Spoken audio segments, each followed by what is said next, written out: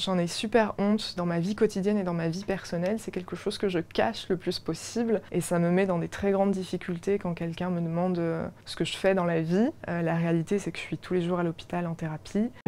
J'ai un trouble de la personnalité borderline qui m'a été diagnostiqué en décembre 2020. Alors le trouble tel que moi je le vis, ça va se traduire par une hypersensibilité, une très grande impulsivité, une hyperémotivité, une peur très forte de l'abandon, du rejet, l'impression d'être tout le temps dans les extrêmes, donc tout le temps dans quelque chose de tout ou rien. J'ai pas de demi-mesure. Ça va passer aussi par une sensation de vide qui est quasi constante, qui va créer finalement des comportements très autodestructeurs. Et ce que je fais très souvent, c'est j'auto-sabote mes relations, ou aussi des crises de boulimie, de l'automutilation. Et vu que je passe dans des phases d'idéalisation totale de ma personnalité, en mode je suis invincible, je peux tout réaliser, je n'ai aucune limite, d'un coup je suis un monstre, je ne mérite pas de vivre. J'avais le sentiment d'être très isolée dans ma souffrance, dans ma détresse. J'avais beaucoup de pensées noires et de pensées sombres. Et en fait, j'étais arrivée à un stade où il n'y avait pas d'autres options que l'hospitalisation pour ma sécurité et pour ma santé. Donc c'est presque 8 mois passés hospitalisés en psychiatrie au cours de ces 2 dernières années. J'ai l'impression qu'au cours de mon parcours, j'ai vraiment vécu le pire comme le meilleur. J'ai vécu une première hospitalisation dans une structure qui était cruellement en manque de moyens matériels et humains.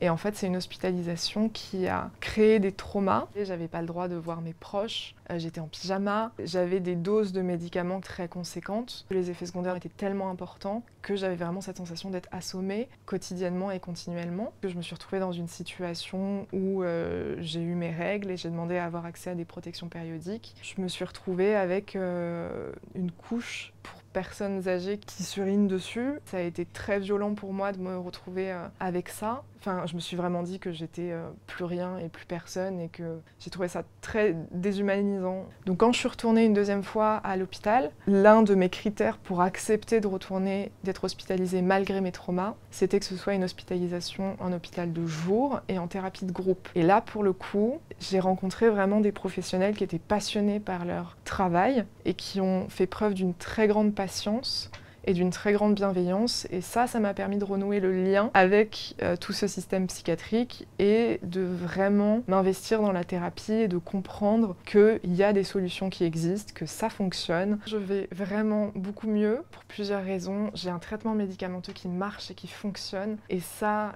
a considérablement amélioré ma qualité de vie. Et en plus de ça, la thérapie de groupe que je suis en train de suivre m'a totalement redonné confiance au milieu psychiatrique. On apprend finalement la gestion émotionnelle, on apprend à communiquer beaucoup mieux. Et ça, c'est quelque chose qui est considérable, qui, moi, me donne énormément d'espoir pour la suite. J'en ai très honte et c'est très difficile pour moi dans mon quotidien d'en parler, tout simplement parce que j'ai très peur d'être stigmatisée et d'avoir des réactions qui peuvent être de l'ordre de « oh mon Dieu, elle est en hôpital psychiatrique, ça veut dire qu'il est fou ou qu'elle est folle ». Et ça, pour moi, c'est une image qu'il faut absolument casser, parce que le souci, c'est que si on garde cette image de l'hôpital psychiatrique, c'est pour les fous. Nous, qui sommes diagnostiqués, on va avoir beaucoup plus de mal à se diriger vers ce type de structure. C'est quelque chose qu'on ne peut pas se permettre parce qu'on a vraiment besoin d'être aidé et on a vraiment besoin d'être accompagné et surtout d'être rassuré sur le fait que l'hôpital psychiatrique, c'est quelque chose où finalement, que ce soit